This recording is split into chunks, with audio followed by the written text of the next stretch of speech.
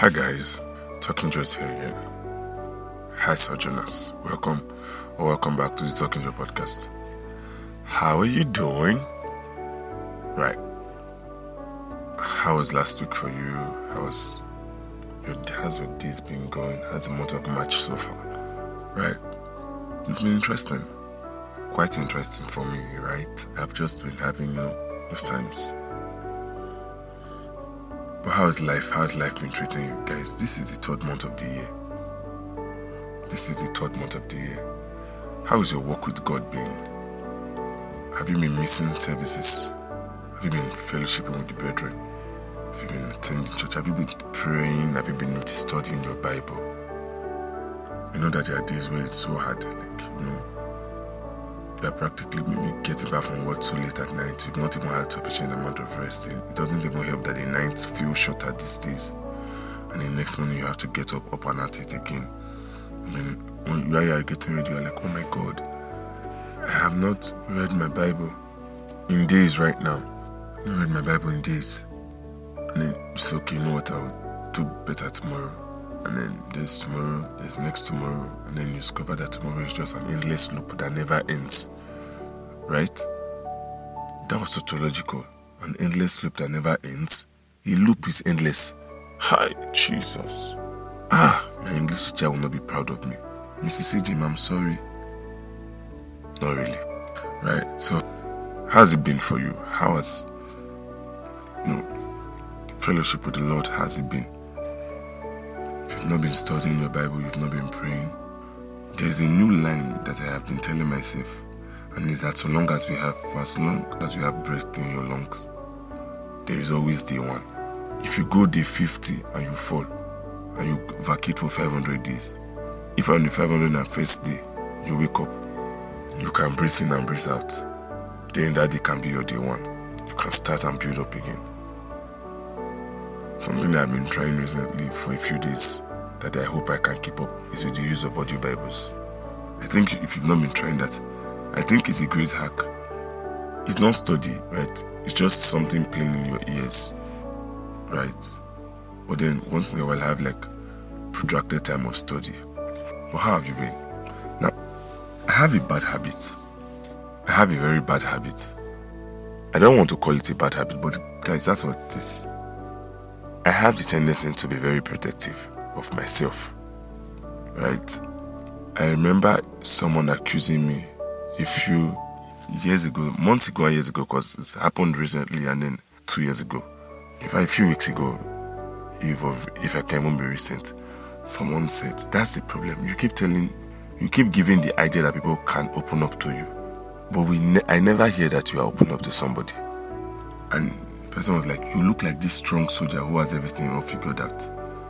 And I laughed, because if you know me really well, a lot of the times I have nothing figured out. Sometimes I'm even learning to thank the Lord more for it. Sometimes some of the things that I should do that require figuring out, planning, and then just figuring it out and doing it, sometimes I can just do them in the spur of the moment. So I sometimes say that I think I would address myself as an irregular procrastinator. Regular procrastinators are people that procrastinate every day of their life. Irregular procrastinators are people that you cannot tell the day we are going to procrastinate. And we can be procrastinating something and then just wake up randomly.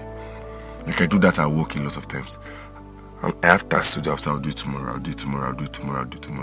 Deadline is drawing. One day I'll just wake up. And I know when I'm leaving my house, I plan to not do that thing that day. But I'll just get to work. Just look at this thing. What is it? Just do it. And I'm done. So I'm an irregular procrastinator. But I said that because you look like you have it all figured out, and I laugh. Because very recently I'm learning to actually solve that problem. But the problem still exists. And for the people who noticed that I'm learning to solve the problem, people who know me now know that I say it a lot. I don't have it figured out. And then I found out something personal, that sometimes God is not asking you to have it figured out. With which brain does God expect you to figure it out? The brain that does not remember to give him glory when you should sometimes. It's not the brain that God expects you to have every decision figured out. He just wants you to do. He tells you when he tells you. So right, but That's not even where I'm going to. So I just noticed that there is a whole thing about trying to have rid of ego that I do, and because of that, because of the fact that I do not share, people now think, oh yeah, he has it all figured that he doesn't have to. But there's a problem that I have not been able to speak about, and it's the fact that I do not talk, and there are people like me, and if you are like me, the thing is, we do not talk about ourselves because of one thing, and it is the emptiness that comes from sharing. You could have gone through some of the craziest stuff in life that a person should not go through, and you keep those memories, those events, the records of those events, you keep them in your heart, right? They form some sort of family, some sort of bond, some sort of baggage that makes your heart feel full, that you are scared that if you open up and drop this thing, you will feel empty. So you know what? We won't be doing that. Because if we are being very honest, there's an emptiness that comes from sharing. I'm not even talking about sharing to the right or wrong people now. I just mean sharing generally. There's an emptiness that comes from sharing. Have you noticed? Sometimes I will have spoken, maybe when I'm having a bad day, I'm just into that place where my emotions are messing up with my head. Everything is cloudy, stylishly sliding into the place that leads to the place that leads to being depressed, right? And I will just, open up to my friends about stuff.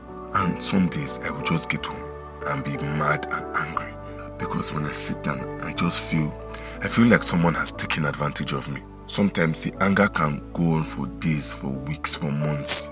Why? Joe, why? Why did you talk about this thing?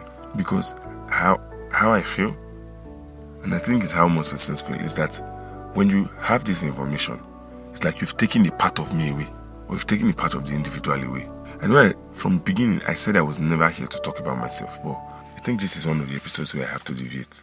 There's just a way, there's a lightness that we should want, which is interesting, because that's what you should have. You should feel light. You should want to feel light and not heavy. So you should share. But because these things are bottled up over a long period of time, sometimes you just can't help it. And then it does not even help that there's a whole thing like when you share to someone and then you guys fall out of friendship. It's a relationship now. You share with them and you people break up. And you know that we are never coming back. It just looks like you opened a part of yourself, gave it to somebody, and they took it and ran away. Nothing in the heavens is more disastrous. Nothing. Absolutely nothing. Nothing is more disastrous than opening up finally to someone and they go. I remember telling a friend, or a person who I thought was a friend, when I was having a conversation, and the person was like, this thing sounds like a touchy subject to you. And I said, not really. And the person said, yeah, you always evade it. And I said, yeah, I don't talk about it. The person said, why? I said, because if I tell you this thing, you will do what every other person before you has done. You will leave. And the person said, nah, I won't do that. I'm not going to do that. No, it's wrong. And then I said, okay. And I told them, ladies and gentlemen, your guess is as good as mine. Of course, they left.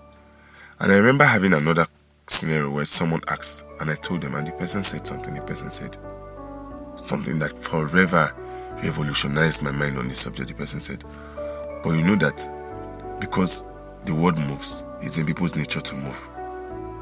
Your job is to evaluate who you open up to, not to check if they are going to leave, because you can never really be guaranteed of that. And I kid you not, my mind was wide open. And for the first time I understood. The problem is not that we do not want to experience the emptiness of sharing. The problem is that you're trying to find out who is actually worth it for you to share with. Because guys, if you've been the type of person who has been sharing out with people, sharing every single stuff you are going through, just like the way someone can, be there for you and receive all your stuff and never talk, one day they can experience burnout. It's the same way you can share and share and share and share and share. You feel so light with that. At some time when you have to sit down with your life, you're like, what is really going on in my life that I'm handling all by myself? You won't be able to find it. you won't be able to find it. You just feel like a car park where anyone can come, do what they like, and you just open up. And there's nothing wrong with opening up. I guess what I'm against and what we should be against is finding out who exactly is worth it. Because people masquerade like they are worth it for you to open up to. But trust me, there are not a lot of persons who are worth it. You don't want to open up to the devil. And I use the devil very loosely. But you don't want to open up to a person who does not respect you enough to keep a secret. You don't want to open up to a person who uses your information and then they change towards you. And yes, that's one thing we don't talk about. Sometimes you can open up and then just say, oh, this is all I've been going through. This is what I've gone through. This is all I've been going through. And you just notice that they start to look at you less than an actual human, less than the person they used to estimate you to be. Or sometimes they start to look at you with self-pity. It's something I do not like doing to people, and it's something I do not like being done to me. But I can't lie, and people say it a lot, that your perception of me, my perception of you will not change. Truthfully, we really cannot guarantee that. If someone opens up to you, you cannot always guarantee that their perception in your eyes or the way you perceive them will not change. Sometimes they will change. Sometimes they will change. And also, you don't want to open up to someone and then they use your information as content. A few years ago, I used to attend church with my parents. And then the branch I started attending, our pastor was a woman. So we had, I think it was early beginning of the year, we used to have this compulsory fasting and prayers in the morning and in the evening.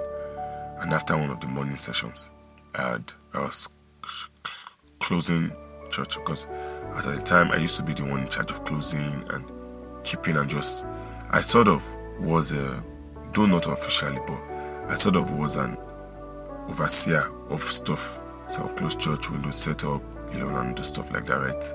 Come early and just ensure that stuff, because forever and ever and ever and ever, for as long as this vessel lives, and forever a Jesus boy, a church one at that.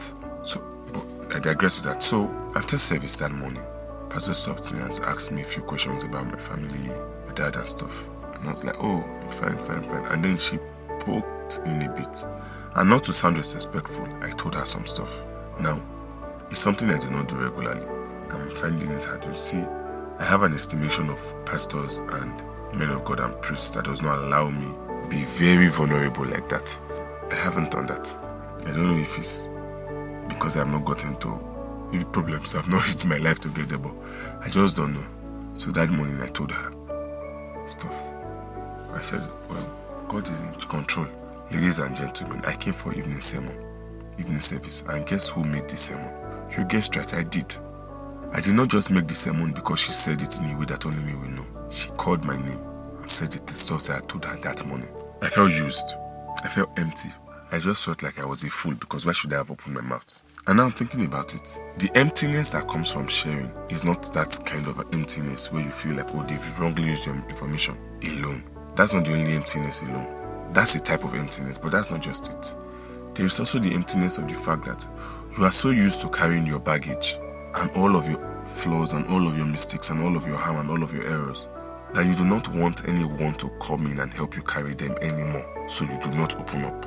This is the one we don't see, because we see the rest. I guess what I'm trying to say is that in every sense, sharing always results in emptiness. You just have to choose wisely. And personally, I think that I have not been choosing. I don't know if I've been choosing properly. I just think that I am not. I don't want to choose, because choosing will be just such a difficult thing to do. But the truth is, at some point I have to learn, right? You also have to learn too. If you are like me, who doesn't share, who carries the weight of the world upon their shoulders, you have to find, first instance, you have to find the people and run them through a series of tests. If you confirm their trust and their loyalty to you, then create a little space.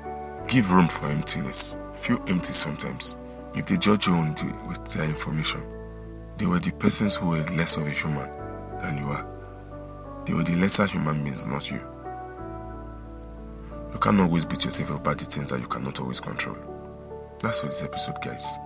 Until I come your way on the next one. It's Talking Joe. Bye.